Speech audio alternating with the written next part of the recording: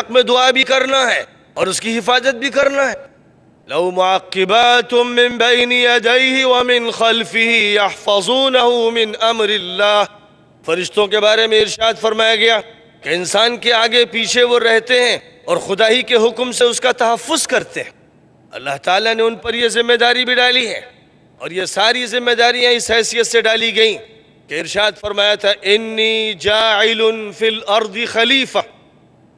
ہم اس زمین پر اپنا ایک وائسرائے متعین کرنے والے ہیں، ایک خلیفہ، ایک نائب، ایک ایسا ترجمان اور ریپریزنٹیٹیو جو میری بات کہے گا، جو میرے نظام کو قبول کرے گا، جو اس کو نافذ کرے گا.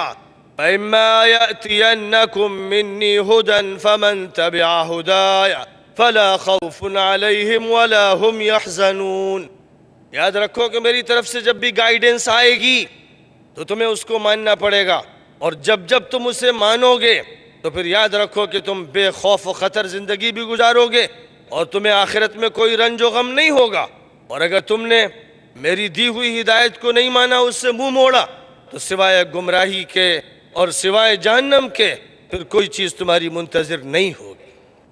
یہ انسان جس کو دنیا کے تمام مذاہب تسلیم کرتے ہیں، ببلیکل لٹریچر ایڈم اور ایو کو جانتا ہے.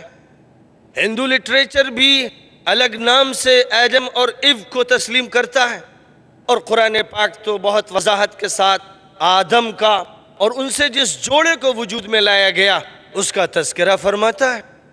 انسانوں کی یہ بھیڑ اور دنیا کی یہ بڑی آبادی جو سینکڑوں کروڑوں میں پھیلی ہوئی ہے، دو انسانوں سے شروع ہوئی، ایک مرد اور ایک زن، اور مرد و زن اور نر و مادہ سے نسل کی افزائش کا قانون خدا تعالیٰ کا وہ نیچرل اور فطری قانون ہے جو جانداروں میں نافذ ہے.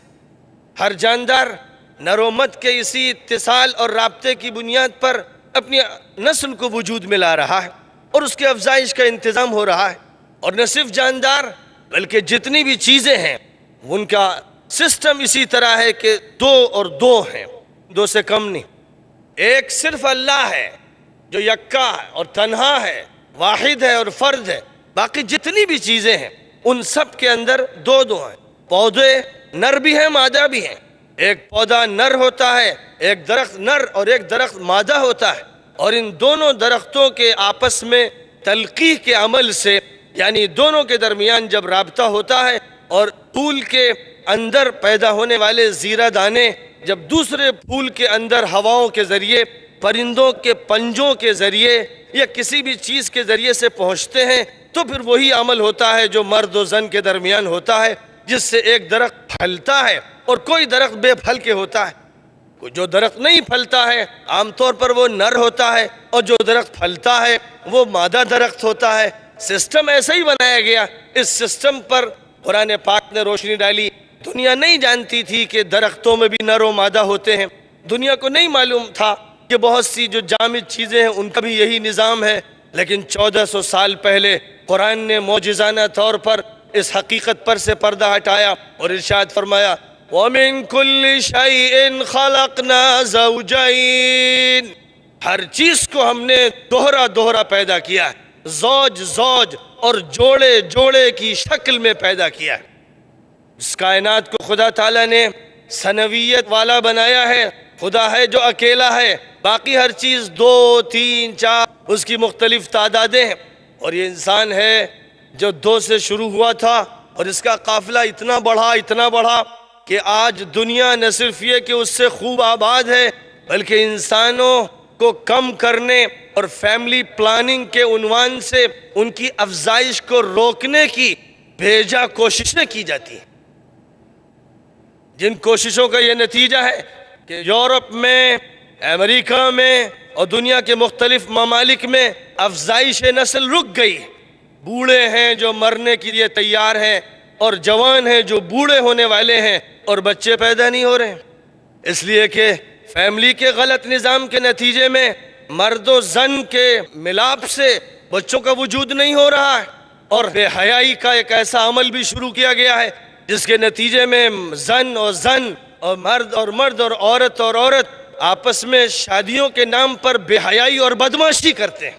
ظاہر ہے کہ جب خباثت اور بدمعاشی کو قانون کا درجہ حاصل ہو جائے گا تو افزائش نسل رک جائے گی، اور جب افزائش نسل رک جائے گی تو پھر حکومتیں بھی پریشان ہوں گی، آبادیاں بھی پریشان ہوں گی۔ آج دنیا کے کتنے ملک ہیں جہاں افزائش نسل رکی ہوئی ہے، شرح پیدائش بہت ہی کمزور ہے، اور جو پرانی نسلیں ہیں وہ دھیرے دھیرے موت کی طرف بڑھتی چلی جا رہی ہیں۔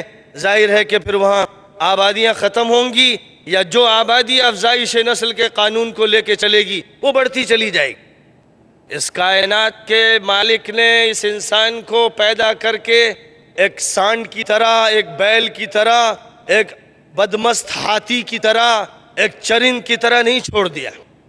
انسان آزاد نہیں ہے، اور انسان اگر کہیں پر بھی آزاد ہونے کی کوشش کرے، یعنی کوئی قانون، کوئی اخلاق، کوئی تمدن، کوئی تعلیمی نظام اس پر حاوی نہ ہو، اسے چھوڑ دیا جائے کہ اپنی خواہشات پوری کرتے رہو، تو نہ کوئی ماں بچے گی، نہ کوئی بہن، نہ کوئی بہو بچے گی، نہ کوئی بیٹی، نہ کوئی انسان بچے گا، نہ کوئی حیوان۔ جس پر ظلم کرنے والے اور جس کا استحصال کرنے والے اس پر حاوی ہونے کی کوشش نہ کریں گے۔ ظاہر ہے کہ دنیا جب اس لبرلزم کی طرف بڑھتی ہے تو دنیا انبیاء سے، پیغمبروں سے دور ہو جاتی ہے، دنیا شیطانوں کے ہاتھوں میں چلی جاتی ہے، دنیا ظلم کا گہوارہ بن جاتی ہے، دنیا شہوت پرستوں کا مرکز بن جاتی ہے، دنیا مافیاز کا گڑھ بن جاتی ہے، دنیا ڈکیتوں اور چوروں کا اڈا بن جاتی ہے، اور آج کی دنیا کچھ اسی رخ پہ بڑھ رہی ہے۔ 6 صدی عیسوی میں جو منظرنامہ دنیا کا تھا، جس کے بارے میں قرآن نے یہ کہا کہ ظہر الفساد فی البر والبحر بما کسبت ایدی الناس لیذیقہم بعض الذی عملوا لعلہم یرجعون، اس وقت یہ فرمایا گیا تھا کہ خشکی اور تری میں کرپشن غالب آ گیا ہے، اور یہ سب انسانوں کے کرتوتوں کا نتیجہ ہے۔ انسانوں نے ظلم کیا، انسانوں نے ایکسپلائٹیشن کیا، انسانوں نے شہوت پرستی کی، انسان جانوروں سے بدتر ہو گئے، تو دنیا کالی ہو گئی، اندھیاری ہو گئی، سیاہ ہو گئی۔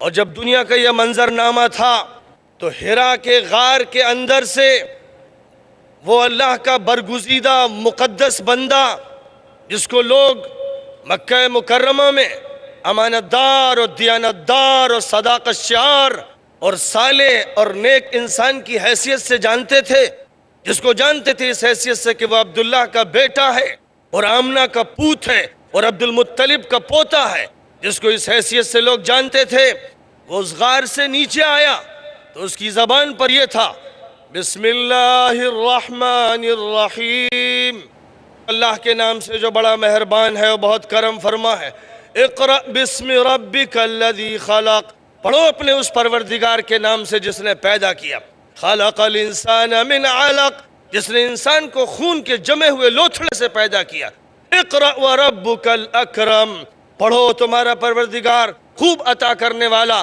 اور نوازنے والا ہے، الذی علم بالقلم، جس نے قلم کے ذریعے سکھایا، علم الانسان ما لم يعلم، اور انسان کو وہ سب کچھ سکھا دیا جو انسان کو معلوم نہیں تھا، جس سے انسان واقف نہیں تھا، اس سب کا علم اس اللہ نے عطا فرمایا۔ یہ تھے وہ ورسز، قرآنک ورسز، قرآن کی یہ پہلی آیتیں جن کو لے کر محمد عربی، رسول خدا، خاتم النبیین، جس کا خدا تعالیٰ نے انتخاب فرمایا، غار حرا سے یہ دولت لے کر آیا۔ جب دنیا بگڑی ہوئی تھی تو اس دولت کو لے کر اس نے کام شروع کیا، لوگوں پڑھو، تو کیا لوگ پڑھتے نہیں تھے؟ گریک فلسفی لوگوں نے خوب پڑھ رکھی تھی، حمورابی کے قانون لوگوں کو معلوم تھے، پرشین لٹریچر زباں زد تھا، اور پورے عرب میں قصائد خوانی، بڑے بڑے شعراء، خطبہ، نکتہ سنج، زبان دان اپنی زبان کی بڑائی کو بیان کرتے ہوئے یہ کہتے تھے ہم عرب ہیں، یعنی ہم بولنے والے ہیں، اور ساری دنیا گونگی ہے یعنی عجم ہے۔ عجم گونگوں کو کہتے ہیں اور عرب بولنے والوں کو کہتے ہیں۔ تو اس وقت عرب میں ڈنکا اپنی گفتگو کا اس طرح بجایا جا رہا تھا کہ وہ کہتے تھے کہ بولنا تو ہم جانتے ہیں اور باقی جتنے بھی دنیا میں ہیں چوپاؤں کی طرح گونگے ہیں۔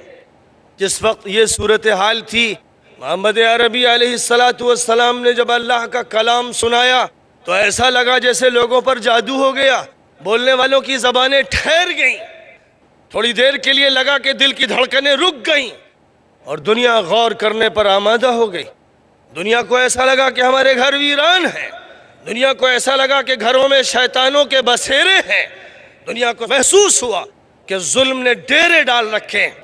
اس وقت محمد عربی علیہ السلام نے لوگوں کے سامنے اس پیغام کو رکھا کہ پڑھنے کا جہاں تک تعلق ہے، اگر اس کا رابطہ اللہ سے، اس کائنات کے مالک اور خالق سے قائم نہ کیا جائے تو تعلیم انسان کو ظالم بھی بناتی ہے، شہوت پرست بھی بناتی ہے، نچانا اور رقص و سرود بھی سکھاتی ہے، اور تعلیم نئے نئے ہیلے، نئے نئے بہانے بھی بتاتی ہے۔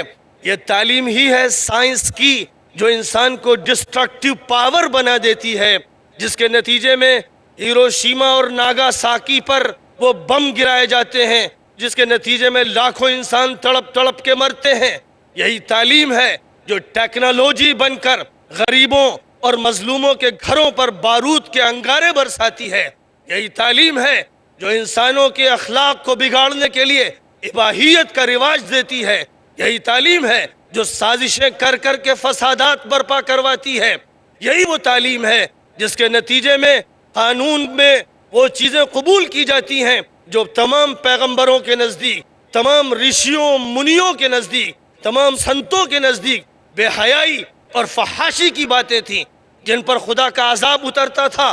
امریکن پارلیمنٹ اور یورپین پارلیمنٹ ان کو قانون کا درجہ دیتی ہیں، حضرت عیسیٰ مسیح کو انگوٹھا دکھاتی ہیں اور چڑھاتی ہیں، اور مریم کی عفت اور عصمت کے ساتھ وہ مذاق کرتی ہیں اور بھونڈے پن کا ثبوت دیتی ہیں، جس سے عیسیٰ مسیح اور مریم العذراء علیہم الصلوات والتسلیمات کی حیا پانی پانی ہو جاتی ہے، اور پورا یورپ گندوں اور نجسوں اور ناپاکوں کا اڈا بن جاتا ہے۔